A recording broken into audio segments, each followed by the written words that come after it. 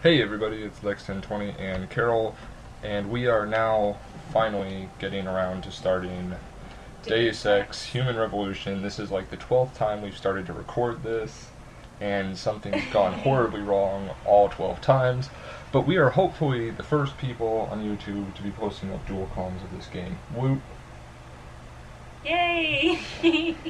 Alright, so obviously the game, little note, games got pretty long load times. They average around 31 to about 36 seconds. Which to me just sounds like everyone's being all impatient, but... Well, I mean, it breaks the flow of the game quite a bit when you've got games that are... When you've got a game like this where it goes and then you get these long load times, it can break the flow of the game quite a bit, but...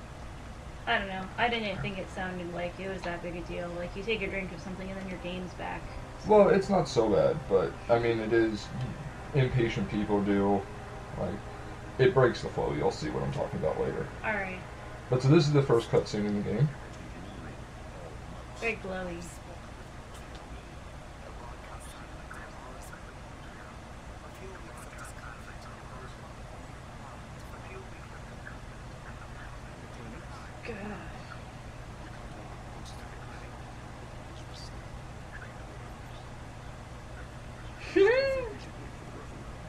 I want a keyboard like that. If a touch keyboard? Yeah, that pops up like that. That would be kind of cool. So this game's got a lot of references back to like Rome and the Italian Renaissance. You'll see in a lot of clothing and just overall architectural designs. Okay. In the first cutscene, you saw the statue that was a statue of Icarus. Yeah. In the first cutscene. Because Icarus is like the ground, sort of like what they are basing the human revolution around is the story of Icarus, because they attach. Well, I don't know the story of Icarus, so... Icarus's father, Daedalus, puts wings on Icarus, and he flies up, and he flies too close to the sun, and the wings melt, and he falls to his death. Okay, into the water, that's right. Which Daedalus actually gets like super pissed, and yeah, but so as you can see with her outfit, it's got this sort of like flashback to Roma, to Italy, yeah. And everything. But this game is very steampunk, and what you'll see by what I mean by steampunk is again another reference to sort of a more Italian style, a more Italian Roman sort of style of dress. But steampunk is a lot of this stuff like futuristic, but kind of like dated at the same time. Yeah, kind of like a futuristic dated type thing. On this, the newspaper he has in his lap is actually, they were actually creating that type of newspaper in real life, and it was like a tablet kind of. It was like a tablet, but it's a bendable piece of glass. Oh, okay. And you could like put it up on a wall, and it would download the newspaper every day, and you could read it, and then you could take it and like fold it into your suitcase and whatever. Oh, cool. So they're married. It doesn't entirely say how long. I'm gonna say it's probably. I'm gonna say it's probably at least 6 or 7 years. They've been working together in the same industry, Seraph Industries, for about 10 years. So. What are the names? Megan and. There's Megan and David Jensen. Okay. Or Adam Jensen. Sorry. Whoops. Sorry. I'll turn that off. Forgot that was on.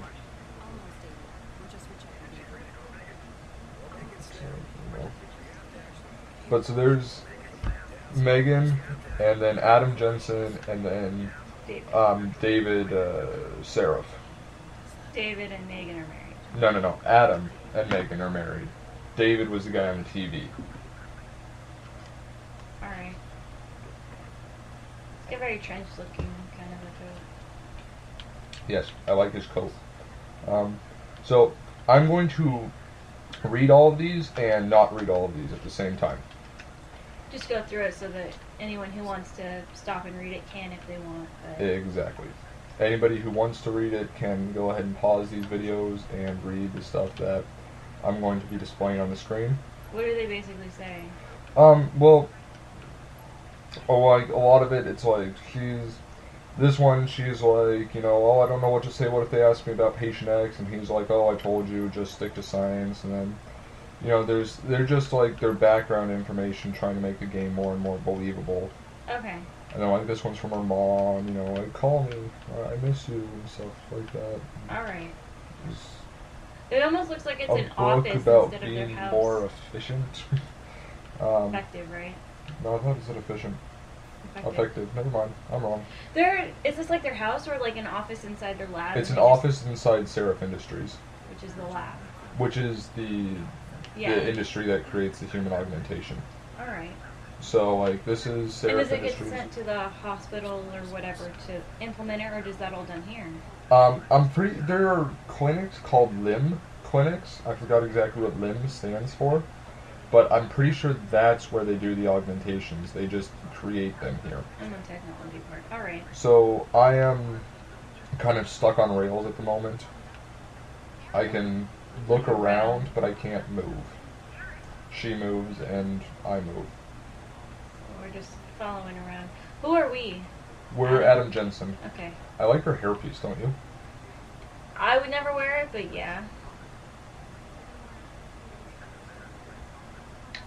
It looks very difficult to get in your hair, though, to be honest. Yeah, that looks kind of difficult. Yeah, I think you'd have to put it there and then do your hair around it. Yeah, good luck doing that. Anyone who's ever tried to do that knows it's next to impossible. It's like you put the hair tie on your head and then try to get all of your hair through it. No, you can't do that. Jeez, that's not very nice. Oh, she got dreads.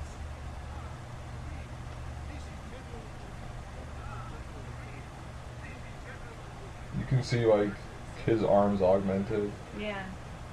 It looks good, though. I mean, like, you can hardly tell. I didn't notice it until you pointed it out. I mean, it looked different, but I didn't pay much attention. Other than that. So what are we doing right now? Basically, we're just following along right the now- game and it's giving us background? Well, right, it's sort of the intro. Sarah, or Megan, sorry, Megan, is, I don't know why I said Sarah. Megan is going to Washington, D.C. to talk about, she found some impressive research that would seriously help everybody in the world, not just people who need, like, that can, as they put it in the game, that can unlock the DNA potential in everybody. Okay. So it's like anybody can be strong, you just need the specific sort of, quote, upgrades to do it? Yeah, but like with the purists, there's the people who've been augmented, and there's people called purists, which are people who think that the human body shouldn't be tampered with. Right.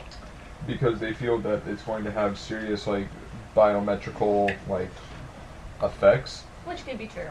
And so what she figured out is she found out how to unlock the DNA sequence so that it doesn't, I think. I'm not fully sure, though. Alright. That's a cute coat.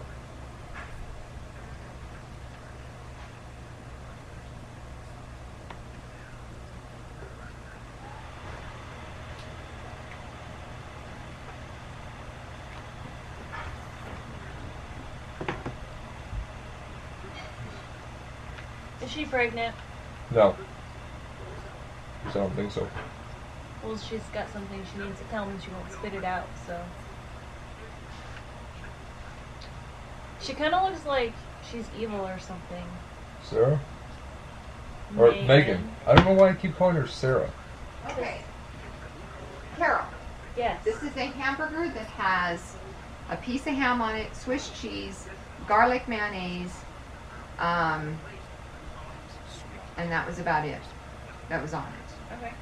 You're okay with that? You want a whole one or a half one? Half? Okay, and then I have green beans that you can have on the side. Alright. Okay? We're getting ready to eat, by the way, and I'm a very picky eater. I did warn you. Live commentaries. Me or No, them. So you just missed it. Pricker, kind of a dick. who? Prickard, the Who's guy that? who just walked in the elevator with us. Alright. He's kind of a dick. And Adam is ex-SWAT. Okay, what does matter about Prickard? He's just an asshole. Well, can we just call him Prick then? Sure. Okay. That's him, right? That's Adam. I thought... Oh no, sorry, that's David. I'm getting my names mixed up, I'm sorry. That's David Seraph. He owns and created the company. So what did Prick say? Oh, he was just like, Adam, since Adam's the chief of, or the head of security, he was like, did you fix that firewall? And he's like, you can't fix a firewall, it has to be plugged. Not that I expect an ex-cop to understand.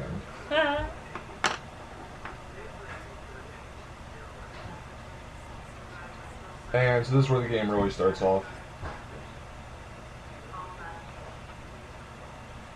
So what is this? Well, right now there's an alarm that went off in the environmental manufacturing. Okay. And so... Now we're all worried. Well, no, because since I'm the head of security, David wants me to go check it out. And he tells me the password, and what I really like is that instead of having to remember all of these passwords, or what? Ah, crap, what was the password there?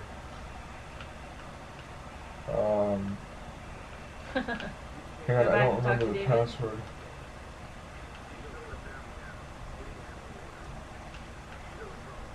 Okay. Later, instead of having to remember passwords like that, since you have an augmentation... No, 451. Oh, 0, 4, 5, not 6. Is it touchy? Yeah, they're kind of touchy. It jumps around a lot. Instead of having to, you remember all the passwords, if you know the password to something, it'll display it up in the top left. Okay. So once you use it, it goes into your, Once you learn it. Once you learn it, it saves in your memory. And then whenever you find the correct door that code, or the correct computer that code goes to, it displays in the top left. Alright. It's helpful instead of having to remember like a billion passwords. So this is the assault rifle. I like the little laser feature. Yeah, laser dot's kind of cool. That's a dead guy. No, we had no idea. Yeah. Hey, we can walk under the walls here. No, I crouch. Well, you know what? In Fear, we can even do that. We could crouch in fear. Not under the wall. You need to go around, remember? Well, yeah, not always under the wall. But so, like, this is a very serious, like, obviously a very serious contamination. This is the first time we really figure out what's going on. Military? Oh. Can they see you? You would think he could see me, but he apparently can't. And this is what I really like about this game, is that there's, branching paths. I was playing earlier by myself, and I had to get into, like, a police station. And you could either persuade your way through the front door, or if that didn't work, there was, you could go to the left, you could go around the police station, and try and get through this electrical water area, and you could do that by grabbing boxes and setting a box down and then jumping on it, and then picking up the box, and then, like, picking up the box and using it again. And whatnot. Oh, I remember this part. And then I found out, after I did all that, and I went into these sewers, I found out there's another way into the police station by going through these sewers. So this is, I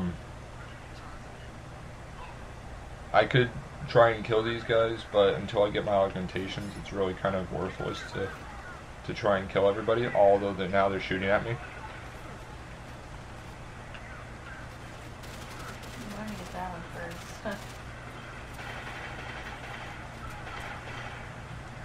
This is really as much combat as I've had in this game because I've been doing stealth in my playthrough, which, let me tell you, is really, really difficult. But so you can only take a couple of bullets normally. On the normal difficulty, you take like 3 shots and you're dead. So literally you take like 3 shots and you're dead. So bear in mind. Yeah, so keep in mind that this game is